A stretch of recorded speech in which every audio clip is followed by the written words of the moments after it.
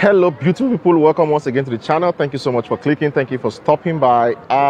If you're new to this channel, this is a happy family, a beautiful one. You can consider subscribing to the channel, okay? And if you are a returning subscriber, thank you so much for joining the channel today. I'll be talking to you on my own personal experiences, okay, with regards to study in Malaysia, like I promised you in the last video. The last video was quite general, but now I'll be telling you my own personal experience, okay, with regards to what study in Malaysia. If you want to enjoy this story time, just stay tuned and chill out, enjoy yourself, and let's get going right away. Hey, my friend, come and explore with Bolu. I love you. So yes, the first thing I would like to start with is that I didn't even plan to actually come and study in Malaysia in the first place, okay? Actually, my initial plan, as many of you know, if you have been following my channel before, was to go and study in the UK, you know, in some part of Europe, and all that, different other options apart from Malaysia. I never knew anything about Malaysia, but as how God would have it, I finally decided to actually come to Malaysia. And the time I got to know about Malaysia, at that point, I just fell in love with Malaysia just like that. You understand? Like love at first sight in Malaysia or with Malaysia. And yeah, that's why I'm here today. But anyways, I came to Malaysia in 2017 for my master's program at the University Malaya, where I'm currently filming this video. Okay, this is University Malaya campus actually. And it was quite beautiful to come to this campus for the first time. I think that was 23rd, because I started my journey 22nd basically. I started my journey 20th, okay, and I arrived Malaysia 21st. So I think 22nd of August 2017, that was my first time of actually landing in this campus. I remember we went for registration, and it was so beautiful. It was so nice experience, the first experience, you know. I remember the first thing that actually caught my attention was the criticality of the sun in Malaysia. And I was like, wow, so this is where I'm going to be for this number of years. But, you know, as time will have it, I got used to it. And the weather is actually okay. It's not too bad. Currently now you can see the weather has calmed down already. And that's how it fluctuates every day. Anyway, enough of that side gist of the Malaysian weather and all that. So studying in Malaysia, for me, I think maybe I can say I have a balanced perspective, okay, with regards to studying in Malaysia, because I actually did a master's by mixed mood program. In Malaysia, we have different study variations, okay, especially for masters. Most of the universities, they offer you the option to do either a master by research, okay, or a master's by mixed mood, which is what I did, or a master's by coursework. Basically, master's by coursework is just like you are going back to bachelor again, but this time around with advanced courses at the master's level. For me, I did a master's by mixed mood at the University of Malaya, okay, at the Faculty of Computer Science and Information Technology. Okay, I did a master's in computer science, applied computing, and it was a very beautiful one for me. Of course, I had the privilege to actually make some friends, a few of them basically. I have Malaysian friends, or I had, because some of them we don't really talk like that again today, but yeah, some of them we still keep in touch. And I also had the opportunity to, you know, interact with different people, okay, from different parts of the world. And apart from that, I also got introduced more deeply into the research world, you understand, because I did a mixed mood program. So in the mixed mood program, definitely you're going to do like 30% of coursework and then 70% of research, okay? So for me, the coursework style in Malaysia, I don't know if I should generalize it, but I think it can be generalized. Let me just say in UM, but yeah, in extension, in Malaysia, the coursework style is quite very funny to some extent. And I think it's balanced. For example, the classes, most of the lecturers, they use like presentation slides, you know, PowerPoint. I think that is what is acceptable everywhere, all over the world. And then the English, the English is okay. The level of instruction actually for international students is actually English language. They can also teach in Malay, I think. But for international students, of course, you go for the English language instruction mood, right? So yeah, their English is not too bad. You can actually understand what they're saying. Of course, it may not be as perfect as you expect it to be if you go to, let's say, a Western school, like maybe in the UK or whatever the case may be. But yeah, the English is okay. You can understand what the lecturer is saying. And then they actually give us break, you understand? Like, I remember this one very well. Like, they don't just come and then teach you, like, teach, blah, blah, blah. No. You have intervals, you understand? For example, sometimes maybe you have like 10 minutes interval break, you know, just like that. The lecturer will just say, okay, people should just go relax, you know, rest yourself. Then when it's time for prayers also, they have breaks as well. So the classes were not too boring because I actually attended 3 hours classes, yeah, because my courses were like 3 credit load. You know the credit load system, right? So if it's 1 credit, that's 1 hour. If it's 2 credit, that's 2 hours. If it's 3 credit, that's 3 hours. So all my courses were like 3 credit load, okay? So I attended classes at night as well. That's another thing. For the postgraduate studies, actually we did our classes in the night. My classes were like from 6 to 9 p.m. So this night period like this, when I come like this to the class, you know, attend the lectures, and then sometimes the AC is very cold because they have AC here. Like AC is like a savior here in Malaysia because of the weather. So, but you know, at that night time, the weather is already coming down, you understand? So like the AC will be on, everywhere will be very chilly and very comfortable for you, you know, to study and learn. And the lecturer will teach, and sometimes they will ask questions, you know. The only challenge I had was one lecturer. You know, the road may not always be like so sweet like that. And of course, it's not everything that one is just going to embrace like that, you understand? So one of my lecturers then actually, I was not really understanding what he was teaching. I think he was teaching us something related to software. Is it software? I forgot the exact course, but it's more into that kind of software stuff, I think. Programming or something, mobile technology or something like that. I forgot the main course. But that lecturer, I loved the course because I wanted to learn that kind of thing, you understand? I wanted to like see how, you know, the mobile networking is, and then, you know, cell phone stuffs and internet and all those kind of things. But like the challenge actually was with the lecturer. Okay, the lecturer was somehow very fast in speaking, that particular lecturer for that course. So that was the only issue I had, and I was like, am I going to actually catch up with this? When I say fast, had it been in speaking English like maybe very fast, like British English or, you know, American, then you know that, okay, even though it's fast, you can still be able to pick some words, you understand? But like, he's fast, and then the English was not really very, very like standardized like that. And I'm like, wow, how am I going to cope with this lecturer? And he was not too friendly a lecturer, to be sincere. That lecturer was not very friendly. Not that I had any problems, but it is this kind of I don't care, you know. You know, some people are like I don't care attitude, you know. They have this kind of I don't care attitude and all that. So I said, okay, I'm going to leave this course. So I left that course because I didn't want to be like a challenge with my studies. And I think I started attending that class in the 3rd week. So I had to leave the class, the course, and quickly change to another course. The good thing is that you have bulk of choices to actually pick from. So it's not really a challenge per se, okay? You just need to take action early enough. So since it was still like 3rd week, I replaced that course with this data analytics and visualization. And I enjoyed that one so much.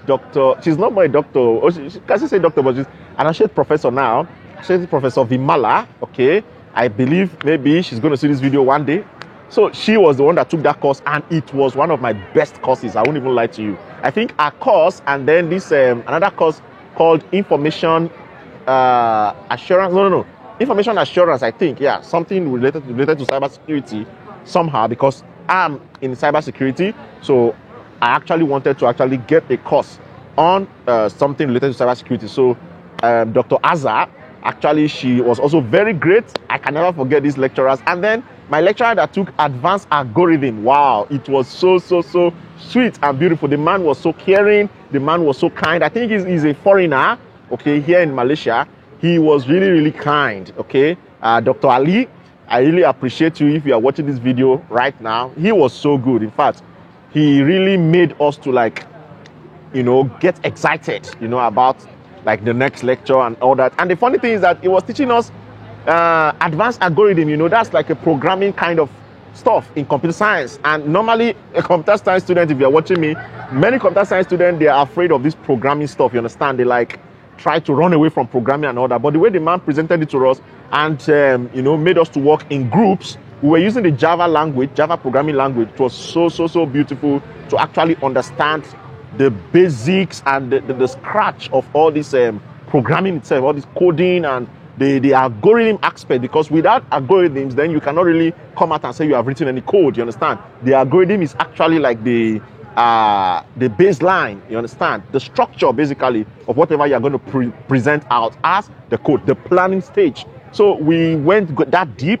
Sometimes it looked very complex to us. Of course, programming language is always complex for the computer science student. So, but because of the attitude of the lecturer, man, it was really, really very beautiful and quite interesting. Like, it made me fall in love with the course. And he was very patient with us. This particular lecturer, Dr. Ali, he was very patient with us. He allowed us to take our time to understand the study. Sometimes he would come to class and maybe we're not flowing or we're not getting it. You give us time, you understand? You give us time. We even be gisting together, like talking together. You know, like I'm like, wow, the lecturers here are so friendly. So very friendly. And it's something that actually captivated my heart a lot. And I said, okay, if it's like this, then we as a student, we have no excuse, you understand? We have to do our best, okay, to be able to at least learn this thing even further, because the lecturer's attitude is very good. And if you're a lecturer watching me, your attitude should be good. Let your student not be afraid of you, you understand? All these students you see that you're training today, we are also going to be lecturers if we want to be in academic. For example, myself now, I'm planning to lecture. I'm already lecturing, definitely teaching, you know, secondary school students, and I hope to lecture in university as well. Of course, I think we should try to be very friendly to the students, because this is what we stay with the student for a very long period of time, you understand? And don't just be like, okay, boss. No. You don't need to be like a boss. You have to be a leader. You know, there's a difference between a leader, a guide, and a boss. A boss will always want to, you know, just tell you, do this, you must do this, and that, this kind of thing doesn't give you the pattern of how to do it. But the leader will guide you and say, we should do this. You see the difference? The leader will not say, you must do this. The leader will say, we should do this. And then you see that at that point, everything will be so balanced and fantabulous. And you see your students actually gaining the required knowledge they're supposed to gain. So yeah, Dr. Ali was very great. Dr. Azza Norman was very, very great. And she became my second supervisor for my master's program. Actually, Professor Suraya Ahmed was my first supervisor, and she's still my second supervisor now for PhD. And then Dr. Azza, I picked her as my second supervisor because I knew her from the class period. Okay, she taught us I think information assurance or something like that. It was so beautiful, and I would like to tell you that I actually enjoyed myself in these classes. For Dr. Azza's class, it was so interactive. Dr. Azza is a Malaysian, okay, local. She was very interactive in her classes. You know, sometimes she would just give us like puzzle. Can you imagine? I remember one of the tests. One of the CA tests we wrote, it was actually like a puzzle. And I'm like, really? And you know, we were so friendly with her, you understand? Like, she would tell us, okay, so you people can do this. And you know, we will laugh together, everything. The class was never boring one day. I have some of my colleagues who used to stay at the back. They were Malaysians. Those guys, both Malay, Chinese, Indian, all of them, like there are some group of them like that at the back of the class. They will be laughing, you know, laughing very critically. I'm like, wow. And you know, Malaysians are very wonderful people. Like, they smile a lot. You know, it's like their trademark. And then laughter is also another part of their trademark. So these guys will be laughing like, I'm like, why are you laughing? Like, we're in the class. But I never understood, because the way I used to see these things, for example, from my own country, if you are in the lecture hall, they don't burn you well to be laughing. Any African watching this on Nigeria, you understand what I'm talking about. You understand? Like, you cannot be laughing like that. You understand? You just stay quiet. And then you are, you know, listening to the lecturer. The lecturer is like the boss, is like the god. You know, that is the kind of mentality we had, which is, to some extent, is okay for respect. But to another extent, it looks quite boring, because we're not like primary school children, you understand? We're not secondary school children, you know. So these are people that actually matured people. Some of them are working already. Most of us are working. Some of them have families. They have children for postgraduate, you know, studies. So I think there should be a kind of mutual understanding between the lecturers and the students. So our lecturers here, they are very friendly. At least I know most of them. It may not be all of them, because like I say, any experience I share on my channel, apart from the ones whereby I interview people personally, you see that you take it as my own perceptions, you understand, or my own assertions, okay, based on my experience. So you cannot conclude on my own points that I say here. Of course, you cannot conclude, but you can understand how my own experience went through, and my journey, and so on and so forth. Anyways, it was a very nice time. I had a very nice time with my supervisors. My supervisors also were so good. When it got to the period of research, yeah, the supervisors were very beautiful. Actually, Professor Suraya, I'm mentioning their name now because they were so good, you understand? And I'm saying good things about them. So, of course, I'm mentioning their name. They may watch this video. Their children may watch this video. Like, they were so good. My supervisors were like parents to me, you understand? Like, actually, Professor Suraya was like a mother to us. Like, she's just so good, so kind. And I've introduced her, like, to other students. Like, I've brought students for her. and I'm doing PhD currently now. So I brought one master student for her, and you know, she really assisted this my friend. If Abdul is watching this video, you know what I'm talking about, and he's so grateful from now to tomorrow. And you know, it was not so easy for him at the initial stage of research, because he was not like exposed to research, but because of the motherly love of this supervisor, you know, the way she embraced us, the way she was patient. She will be patient even if you are saying rubbish. You know, even if you are saying rubbish, like let's say you come and you're presenting your work and you're just saying jargons, she will listen to you. She will be patient. After you finish, she will even be jotting down some things. You know, if you are a student, you know what I'm talking about. When you finish everything, then she will now calm down and, you know, explain this. Okay, this one you have to change it. But the way she will talk to her face, this one you do this, you know, okay. Then she will laugh, she will smile. I'm like, wow. Both physical meetings, online meetings, same thing. Very, very great and wonderful. And these are the kind of supervisors you want. You understand? So choose very well. Ask for advice. Okay, ask for advice. Maybe you are confused. Who are the good supervisors? At least in Faculty of Computer Science, I can recommend to you. Or best still, go to Expert. You will see good supervisors there. Okay. And I know people have had bad experiences as well, but sometimes the bad experience actually make you to be stronger. You understand? You know, in life, failure is not fatal. You understand? But it is those people that actually would stay to the very end and climb up after falling, okay, that will actually would be given the final trophy. You understand? So don't be discouraged. Maybe things are not going well for you now, or maybe you were not in the research line and then you started doing research now. Don't be discouraged. Don't be discouraged. I'm telling you. Make sure you continue wherever you are. Even if you're not in Malaysia, you're watching me. If you are a student or an academician or a researcher or whatever, we must push on. You understand? We must continue the fight. We must continue until we get to the very, very end of the journey. You know, some people say that is very tough and all that. Yeah, may be tough in some faculties, in some programs, you know, especially for PhD and whatever. But it is to actually build us up. You understand? Today now, before I started making this video, actually, I helped one of my friends to submit his final thesis, documents, and everything, you know, a PhD. And it's so beautiful. Initially, I remember this, my friend, like, he's from a Faculty of Science and mathematics, you know. We complain, many of us will complain, it's so difficult, this one, that one, you know, no sleepless nights, all this kind of thing. You have to produce ISI paper and all that. But today, I submitted something for him because he's not around now, he's at home, and it was just congratulations. At the end of the day, you'll be proud of the certificate you have at the end of the day. Anyways, I know that experiences vary, okay, with regards to studying in Malaysia. For me, it was a balanced experience, good many ways, okay, and I believe that my PhD is still ongoing. I believe that my PhD will be better. I'm trying my best. PhD is of research, it's more of research. Okay, I had one course in my first semester, okay, my PhD, and it was very beautiful. It was online, but my lecturer, Professor Cordelia, actually, she did very well as well. She's a Malaysian, and she was so friendly with us, so loving to us. And then Dr. Ashet Professor Vimala was also very great. Our classes were so sweet. It was data analytics and visualization. So nice, you know, we do practicals together. She comes to class, she doesn't even behave like a lecturer or something. She behaves like one of us, you understand? And it was so good. We laugh together, you know. She doesn't teach for long like that. There's some lecturers, they believe that if it's 3 hours, I'm going to even teach for what? 3.5 hours. And if you go out of the class, then you're on your own. But no, here they give you enough time, and you have time to think and ponder on whatever actually you have been taught. That's it. My experience is so good. It's still ongoing, so I will be giving you updates along the line. Okay, the only thing I'm thinking that should be improved is the aspect of scholarship. Yeah, scholarship and sponsorship grants for international students. I think that should be really improved on, because many international students actually are looking for grants, looking for scholarships, for sponsorship. You just need to know the right key, okay, to open the door.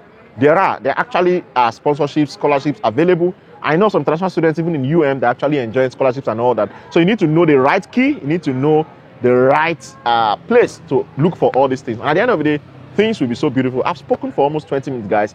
I have to stop. The wisdom is so much. Like, there's a lot of experience. When you talk of experience, like, you can keep talking from now to tomorrow, write a book and all that. But for me, it was a great time. The libraries are so standard, so beautiful. There are many things I can talk about, right? Basically, in the university, you have everything, you know. The libraries are also very wonderful and very great, very conducive, you know, for study, for learning, for reading and all that. And there's a lot of space, basically. Like I told you in my last video, okay, we also have like a sports centers and gym centers, and even if you want to go into the water, if you're a lover of water, you can go into the water, you can paddle with the boats and everything. Like, the environment is really conducive. Also in my current university also, it's almost same, you understand? The environment is conducive, and education in Malaysia generally is so beautiful. Like, you learn to understand, okay? You actually understand in a conducive environment. So I would like to tell you, if you are planning to come and study in Malaysia, you are highly welcome, okay? You are highly welcome. It's a beautiful place. You will never regret actually studying in Malaysia. Make the right choice and consult very well before you actually come. Be very careful of online scammers that may tell you that they are advisors and whatever. Be very careful. Make sure you go through the original links, okay? And as you do that, your life will never remain the same again. If you are a foreign student in Malaysia or even a local, let me know in the comment section below, what is your experience about studying in Malaysia so far? Do you advise people to come and study in your country if you are Malaysian? And to my foreign subscribers, do you think you would love to choose Malaysia as your choice for study? I would love to read your comments and I will respond to you guys as soon as possible. Anyways, for now, stay positive, be sincere. Don't let anybody steal your joy. Be simple in all you do, okay? And life will be quite beautiful for you guys. One more thing I'd like to say before I end. I don't know if you guys would like more of this kind of educative series. You know, I've been traveling, doing vlogs, all that. I'll still travel again. I'm still planning to travel. I've told you guys I have places I want to travel to in Malaysia, but for now, I think we should just be doing some educative series, especially for those people that are not in Malaysia but are watching the video and want to learn more about Malaysia. If you guys love this, I have so many topics for you, and you can also give me ideas of topics you want me to talk about in the comment section below. And for now, I'll be going off. I've said for now like almost how many times now. Till I see you next time, stay positive, stay safe, everybody, still your joy. Much love and God bless you. Bye-bye. Bye-bye.